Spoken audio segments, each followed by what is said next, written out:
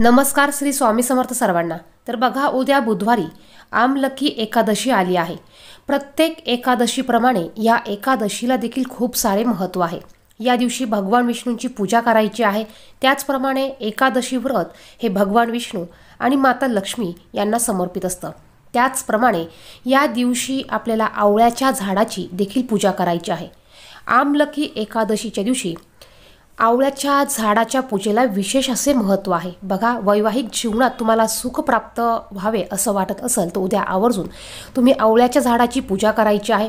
पाण्यामध्ये तुम्हाला थोडीशी हळद आणि कच्चं दूध टाकून हे पाणी तुम्हाला आवळ्याच्या झाडाला अर्पण करायचं आहे।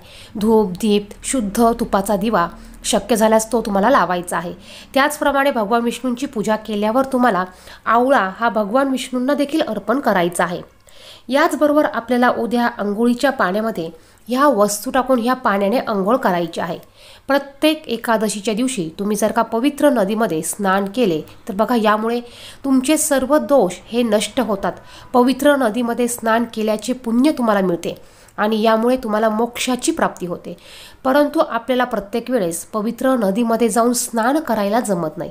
मग अशा वेळी आपण काय करू शकतो, तर अशा वेळी आपण घरी देखील या पवित्र नदीमध्ये स्नान केल्याचं पुण्य मिळवू शकतो। ते कसं, तर बघा, प्रत्येक शुभ दिवशी प्रत्येक एकादशीला आपण अंघोळीच्या पाण्यामध्ये आपल्याला गंगाजल हे टाकायचं आहे। गंगाजल नसेल तर तुम्ही गोमतीर पाणी टाकू शकतात आणि या पाण्याने आपल्याला अंघोळ करायची आहे। बघा, याचबरोबर आपल्याला थोडीशी चिमूटभर हळद देखील टाकायची आहे। हळद ही भगवान विष्णूंना अतिशय प्रिय आहे, माता लक्ष्मीला देखील अतिशय प्रिय आहे। त्यामुळे अंघोळीच्या पाण्यामध्ये आपल्याला हळद, त्याचप्रमाणे थोडंसं गंगाजल नसेल तर गोमतीर पाणी हे टाकून या पाण्याने आपल्याला स्नान करायचं आहे। यामुळे आपल्याला पवित्र नदीमध्ये स्नान केल्या इतकं पुण्य मिळतं। बघा, आपण जर का या पद्धतीने या शुभ दिवशी अंघोळ केली तर यामुळे आपले सर्व दोष नष्ट होतात। नजर दोष कमी होते, नजर बाधा, वाईट बाधा ह्या सर्व गोष्टी यामुळे कमी होतात। आणि त्याचबरोबर आपण ज्या पण काही या दिवशी सेवा करतो, जे व्रत करतो, याचं पुण्य, याचं फळ आपल्याला हे 100 पटीने जास्त मिळत असतं। बघा, आपल्याला कुठलेही दोष असू द्या, आपण जर का अंघोळीच्या पाण्यामध्ये ह्या वस्तू टाकल्या आणि ह्या पाण्याने अंघोळ केली तर बघा, आपल्याला देखील पवित्र नदीमध्ये स्नान केल्याचं पुण्य मिळतं। त्याचप्रमाणे हळद ही गुरुग्रहाशी संबंधित आहे।